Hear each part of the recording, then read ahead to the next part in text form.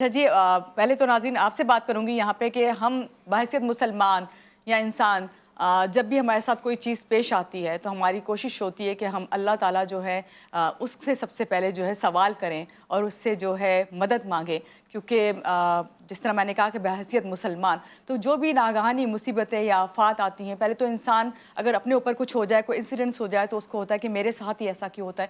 لیکن بعض دفعہ ہم یہ دیکھتے ہیں کہ جو موسمی تبدیلیاں ہیں جو ہم آج کل فیس کر رہے ہیں، کبھی سیلاب آ جاتے ہیں، کبھی طوفان آتا ہے، کبھی ہم دیکھتے ہیں کہ زلزلے کی صورت میں آ جاتا ہے، تو اسے کہتے ہیں کہ اجتماعی تکلیفات. جب اس طرح کی آفات اور مصیبتیں آتی ہیں تو اس وقت بھی ہماری یہی بات ہوتی ہے کہ اللہ تعالیٰ جو ہے ہمیں آزماتا ہے. تو اللہ تعالیٰ کا کہنا یہی ہے، اللہ کا ارشاد ہے کہ جب ہم کوئی انسان کو جو ہے چھوٹی مصیبتیں یا چھوٹا عذاب دیتے ہیں تو وہ اس چیز کی نشانی ہوتی ہے کہ وہ کسی بڑے عذاب سے بچنے کے لیے ان سے معافی مانگے.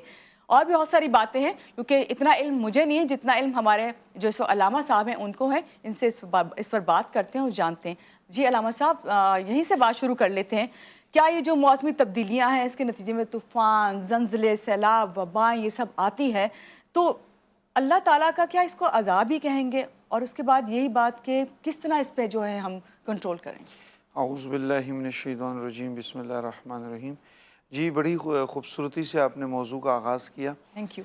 یاد رکھیے کہ جب موسمیاتی تبدیلی کی ہم بات کرتے ہیں، طوفان کی بات کرتے ہیں، فلڈز کی بات کرتے ہیں، اسٹارمز کی بات کرتے ہیں، اللہ رب العزت نے قرآن میں یہ بھی ارشاد فرمایا ہے کہ بہت ساری چیزیں انسان اپنے لیے خود چنتا ہے، اپنے اوپر اپنے ہاتھ سے اپنے اوپر ظلم کرتا ہے. اس میں کیا ہے، ہم دیکھتے ہیں کہ پاکستان کے اندر سندھ میں، پنجاب میں جو فلڈز کا سلسلہ ہے یہ سالہ سال ہے، لیکن ہماری کوئی پریکاشنز نہیں ہوتی. جس طرح کہ ابھی آپ دیکھ لیں کہ ایک دریائے سندھ کا ایک جو بند تھا وہ ٹوٹ گیا، جس کو بالکل مضبوط ہونا چاہیے، جو انگریزوں کے زمانے میں بنا تھا وہی بنا ہوا تھا. اب ماحولیاتی تبدیلی کی آپ بات کریں تو سائنس اس کو باقاعدہ سے کہتا ہے کہ جس طرح ہمارے ایئر پولوشن ہے، جس کی وجہ سے اوزون لیئر ہماری ڈسٹرب ہو رہی ہے، تو زیادہ سے زیادہ دھوپ اور ان سب چیزیں ہیں. تو اگر سالہ سال ہم ان چیزوں کو دیکھیں تو یہ بہت ساری وہ والی چیزیں ہیں جو خود اپنی خود ساختہ چیزیں ہیں جس پر کنٹرول بھی ہو سکتا ہے، سب چیزیں ہو سکتی ہیں. لیکن جہاں بات آئی اب عذاب کی، ایک شدت کی، گرمی کی اور یہ سب چیزیں کی، یاد رکھیں کہ اللہ رب العزت نے اس امت کو خاصتاً عذاب سے محفوظ رکھا ہے. اور یہ کیوں اس کی وجہ یہ ہے کہ رسول اللہ صلی اللہ علیہ وسلم اس امت کے حامی ہیں، وہ ہمارے آقا ہیں. اللہ رب العزت نے قرآن میں واضح طور پر ارشاد فرمایا وَمَا كَانَ کہ اے رسول اللہ صلی اللہ علیہ وسلم، جب تک ہماری شان لِيُعَذِّبَهُمْ کہ جب تک آپ ان کے درمیان ہوں تو ہم ان کو عذاب دے، وَأَنْتَ فِيهِمْ آپ ان کے درمیان ہوں تو ہم ان کو عذاب نہیں دیں گے. اور پھر رسول اللہ صلی اللہ علیہ وسلم جب اس دنیا سے جانے لگے نا، بڑے خوبصورت واقعہ ہے. حضرت جبرائیل آتے ہیں ملک الموت کے ساتھ، اور حضرت جبرائیل فرماتے ہیں یا رسول اللہ اگر آپ اجازت دیں تو ملک الموت دروازے پر کھڑا ہے. تو رسول اللہ صلی اللہ علیہ وسلم کہتے ہیں اجازت ہے، اندر آئے. تو ملک الموت حیران ہے، فرماتے ہیں یا رسول اللہ ایسے کبھی بھی نہیں ہوا، مجھے اللہ رب العزت نے کہیں بھی نہیں کہا کہ پوچھ کے جانا، آنا چاہیں تو لے آنا، رہنا چاہیں چھوڑ دینا، لیکن بتا دینا کہ ایک دن ان کو بھی اللہ کے پاس آنا ہے. اب جب رسول نے یہ بات سننی تھی تو حضرت جبرائیل کی آنکھوں میں دیکھا، کہا جبرائیل کیا رائے رکھتے ہو؟ تو انہوں نے کہا کہ اللہ ملاقات کا شوق رکھتے ہیں. اب یہاں جو بات ہے وہ اس موضوع سے کنیکٹڈ ہے. رسول پوچھتے ہیں جبرائیل جاؤ پہلے اللہ سے پوچھ کر آؤ کہ میرے بعد میری امت کا کیا کریں گے. یاد رکھیں وہ جو میں کہ ہمیشہ ایک بات کہتا ہوں، جو رسول اللہ صلی اللہ علیہ وسلم ایک وہ وعدہ کر گئے نا، جب حضرت جبرائیل واپس آئے اور کہا کہ یا رسول اللہ آپ کی بعد آپ کی امت کو تنہا نہیں چھوڑیں گے، خدا کی قسم یہ موقع تھا کہ آج یہ امت بچ گئی. ورنہ آپ قرآن پاک کے اندر دیکھیں کہ سود خوری کی وجہ سے، چوری کی وجہ سے، بت کو صرف اور صرف مچھلی، یہ ساری قومیں تباہ ہوئی لواطت کی وجہ سے. اگر آپ وہ تمام تر گناہ دیکھیں، معذرت کے ساتھ ہماری اس قوم کے اندر تمام تر وہ گناہ موجود ہیں. ہم جو بچے ہوئے ہیں اللہ رب العزت ہم پر عذاب نہیں لاتے، وہ صرف رسول اللہ صلی اللہ علیہ وسلم کی بدولت ہے. تو ہم تمام لوگوں اب اس پر کیا کرنا چاہیے؟ اس پر سب سے پہلے تو رسول سے محبت ہو جتنی بھی ہو سکے، اس کے بعد رجوع اللہ اور رجوع الرسول. جب یہ تمام چیزیں ہوتی ہیں نا تو اس میں آزمائش ہم اس کو کہہ سکتے ہیں اللہ رب العزت. اور اس کی وجہ کیا ہے؟ رسول اللہ صلی اللہ علیہ وسلم نے فرمایا جب طوفان والی بارش آئے، جب بارش نہیں تھم رہی ہو، اور جب بارش آپ استسقاء نماز ہے بارش کے لیے ہے، زیادہ گرمی ہو، تو ان تمام چیزوں سے اللہ رب العزت کے لیے رجوع کرنی چاہیے، اللہ رب العزت سے دعائیں مانگنی چاہیے. تو اللہ رب العزت اپنا خاص کرم ضرور فرماتے ہیں. علامہ صاحب بہت اچھی آپ نے بات کی، اور میں سمجھتی ہوں کہ ہم جو مسلمان ہیں ان کا یہی عقیدہ یہی بلیو ہے جس کے بعد وہ کہتے ہیں کہ ہم اسی لیے بچ جاتے ہیں، جس طرح آپ نے کہا کہ ہم امتی ہیں رسول کے تو ہم ان کی ہی پیروی کرتے ہیں، اور کوئی بھی دعا اس وقت جو ہے آپ کو رد ہوتی بھی نظر نہیں آتی جب آپ نبی کریم صلی اللہ علیہ وسلم کا نام ساتھ میں لیتے ہیں۔ یہ آفات، یہ مصیبتیں، ابھی آپ نے خود بھی بتایا کہ ہمارے معاشرے میں جو جس طرح کے حالات ہیں ہم سب خود پیدا کیے ہوئے ہیں، جبکہ ہمیں اللہ تعالیٰ نے اس چیز کا اندازہ بھی ہو گیا ہے، ہمیں پتہ چل جاتا ہے پہلے سے آنے والی آفات کا، سائنس نے اتنی ترقی کر لی، خود آپ نے بھی بتایا۔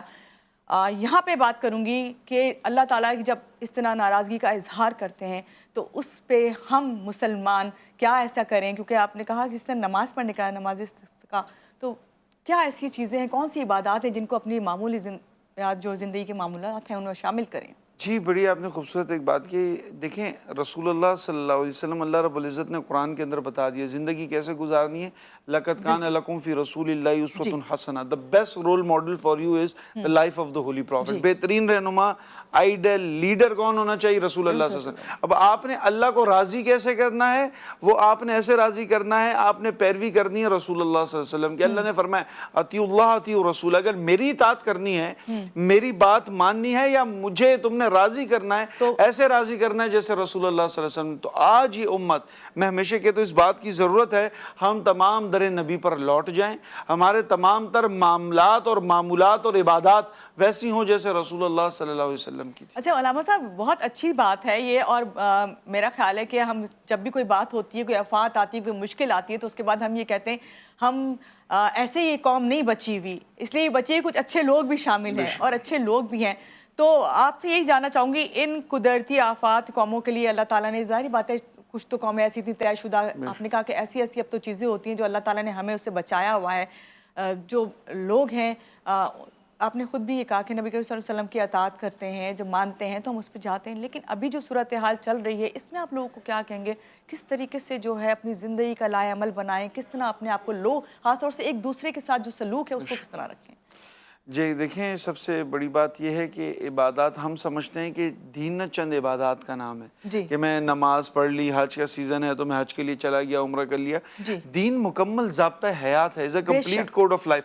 مجھے اٹھنا کیسے ہے، بیٹھنا کیسے، پڑوسی کے ساتھ کیسے معاملات ہیں، تو لازمی یاد رکھیں کہ رسول اللہ صلی اللہ علیہ وسلم کے تمام، میں ہمیشہ ایک بات کہتا ہوں اور آپ اس کو دیکھیں گے، میں جب رسول اللہ صلی اللہ علیہ وسلم کی زندگی کو دیکھتا ہوں نا تو مجھے رسول اللہ صلی اللہ علیہ وسلم جنگ کے اندر لڑتے ہوئے بھی نظر آتے ہیں۔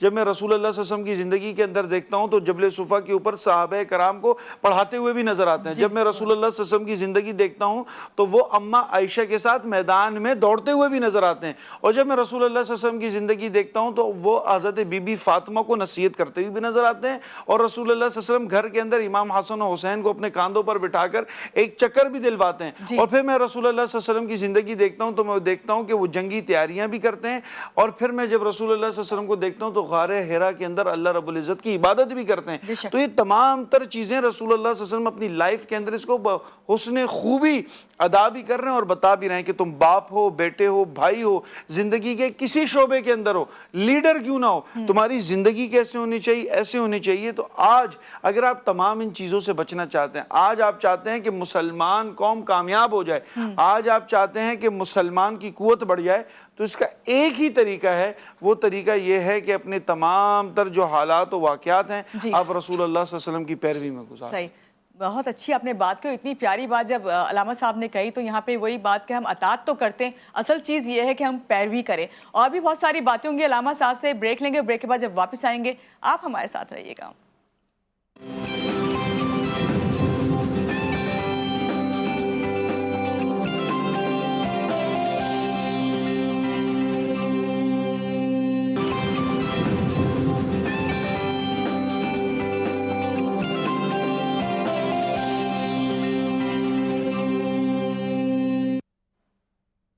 جی بریک سے آگے واپس ہمارے ساتھ ہیں سعدیہ مدثر، جو کہ نعت ہمیں بہت اچھی انہوں نے سنائی، اور ساتھ ساتھ علامہ سعد صاحب ہیں ہمارے ساتھ۔ اور ابھی ہم نے جب بریک سے پہلے بات کی تو ہم نے بات کی تھی جو یہ ناگہانی آفتیں، مصیبتیں آتی ہیں انسان کی زندگی میں تو اس کو کس طرح جو ہے کنٹرول کیا جا سکتا ہے، اور بہت اچھی علامہ صاحب نے بات کہی تھی کہ نبی کریم صلی اللہ علیہ وسلم کی اطاعت تو ہم کرتے ہیں، پیروی کریں تو بہت سب کچھ جو ہے ہمارے لیے اچھا ہو جائے گا۔ یہاں پہ بات کروں گی اب کہ ہم پوری زندگی جو ہے ناظرین اپنی جسمانی جو ساخت ہے اس پر بہت محنت کرتے ہیں کہ ہم کس طرح اچھے نظر آئیں، کون سے کپڑے پہنیں، کون سا اسٹائل رکھیں، کس طرح سے اپنا پورا انٹائر لک جو ہے اسے بہتر سے بہتر بنائیں تاکہ لوگ جو ہیں ہمیں پسند کریں.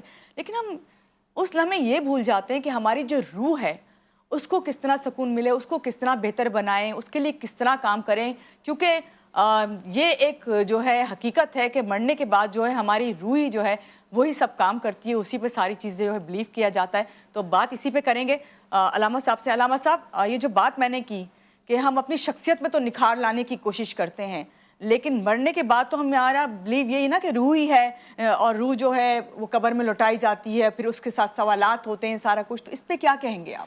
جی بالکل، اگر آپ آج کی دنیا کے اندر بھی جو بڑے بڑے اگر آپ پرابلمز دیکھیں جو نوجوانوں کو بھی فیس ہو رہے ہیں، سب انزائٹی، ڈپریشن، اس کا تو جسم کے ساتھ کوئی تعلق نہیں ہے، اور بے سکونی کی کیفیت ہے اور وہم ہے، اور یہ ساری چیزیں جیسے انسان کی جسمانی ہے نا کہ وہ اشیاء خوردنوش کھاتا ہے، اس کو طاقت ملتی ہے اور اس صحت ملتی ہے، اور جس طرح جسم پروان چڑھتا ہے، ہم اپنے جسم کے اوپر محنت کرتے ہیں، اسی طرح روح کی بھی غذا ہوتی ہے.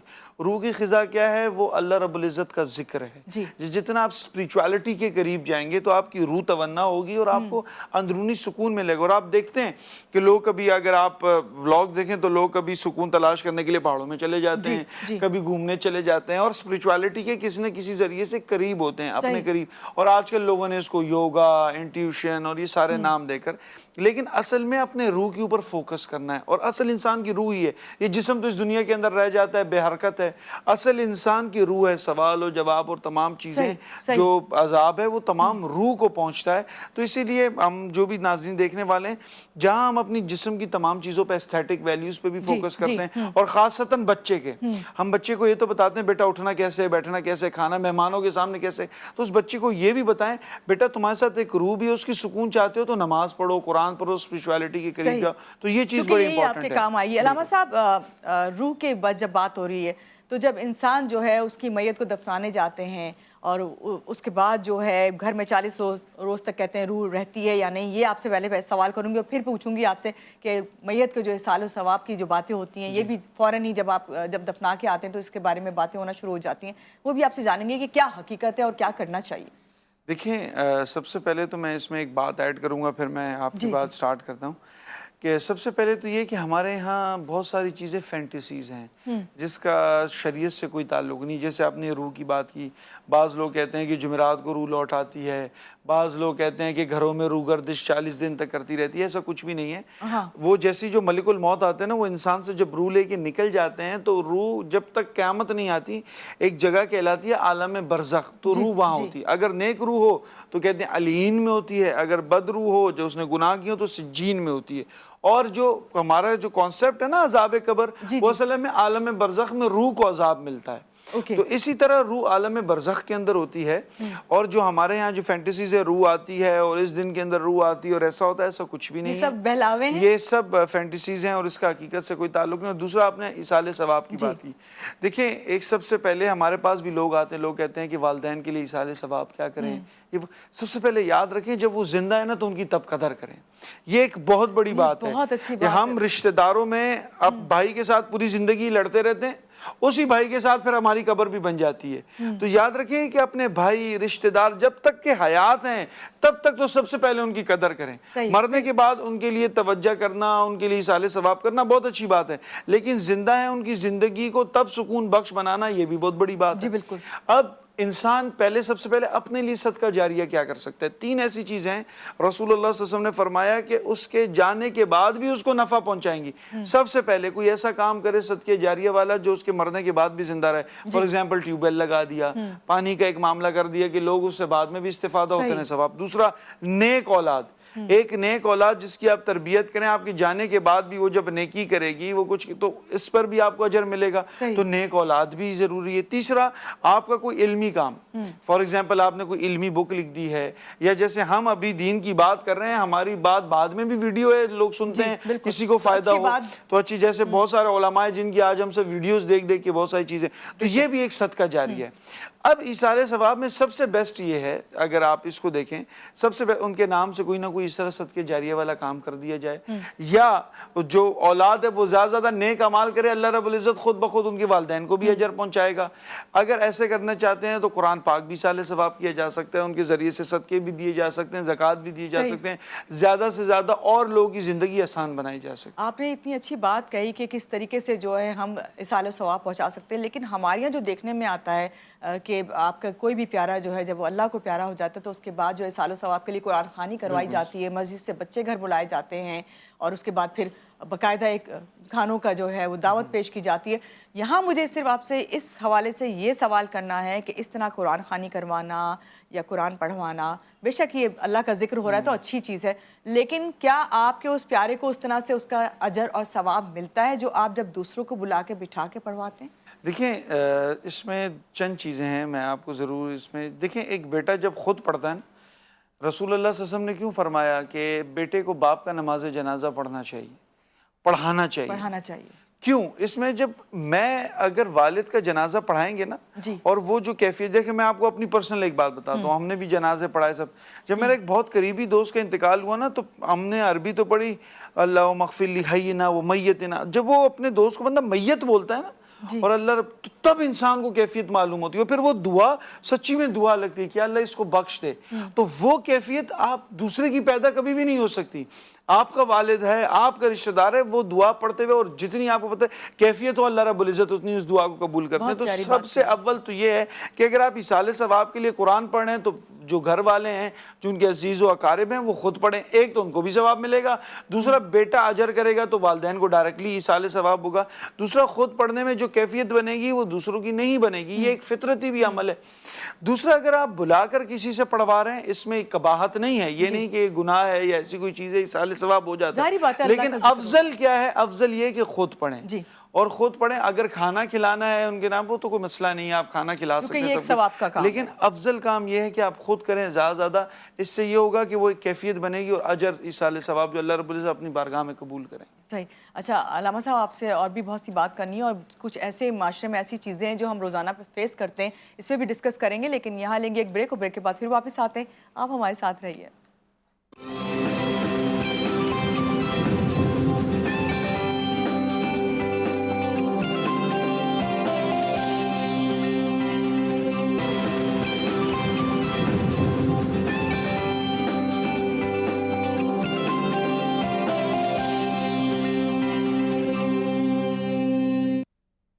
جی اٹھا پاکستان میں آپ کو ایک بار پھر سے کہیں گے خوش آمدید، اور بریک پہ جانے سے پہلے علامہ سعد صاحب سے ہم بات کر رہے تھے کہ جو آپ کی گھر والے ہیں جن کی میت جو ہے اس کا ایصال ثواب آپ نے پہنچانا ہے تو کس طرح پہنچائیں، تو سعد صاحب آپ یہی بات کر رہے تھے کہ بھئی آپ کی جو آل اولاد ہوتی ہے وہ اگر کرے ایصال ثواب کے لیے کوئی کام یا کچھ پڑھے تو زیادہ ثواب ملتا ہے، لیکن ایسا بھی تو ہوتا ہے نا علامہ صاحب کے بعض ایسے آپ کے رشتہ دار ہوتے ہیں جن کی آل اولاد نہیں ہوتی، تو ان کے لیے اگر ہم، جیسے کوئی میرے چچا ہیں، ماموں ہیں، خالہ ہیں، یا کوئی رشتہ دار ہے، ان کو اگر ہم ایصال ثواب پہنچانا چاہتے ہیں تو ان کے لیے کیسا کام یا کوئی ایسی چیز جو ہم کر سکتے ہوں تاکہ ان کو ثواب ملے ماں باپ کے علاوہ؟ جی بالکل، آپ نے ایک بات یہ ضروری، ہم جیسے میں اگر آپ کو کچھ ایگزامپلز دوں، جیسے ہمارے اساتذہ ہیں، جی اگر وہ اس دنیا کے اندر نہیں، ہم ان کے لیے جتنے ایصال ثواب کی چیزیں کرتے ہیں شاید ان کی اولاد بھی اس طرح نہ کرتی ہو۔ جی بالکل۔ تو ضروری نہیں ہے کہ آپ کی اولاد یا کوئی بھی ایصال ثواب آپ اپنے کسی بھی عزیز و اقارب کے لیے کر سکتے ہیں، اور عموماً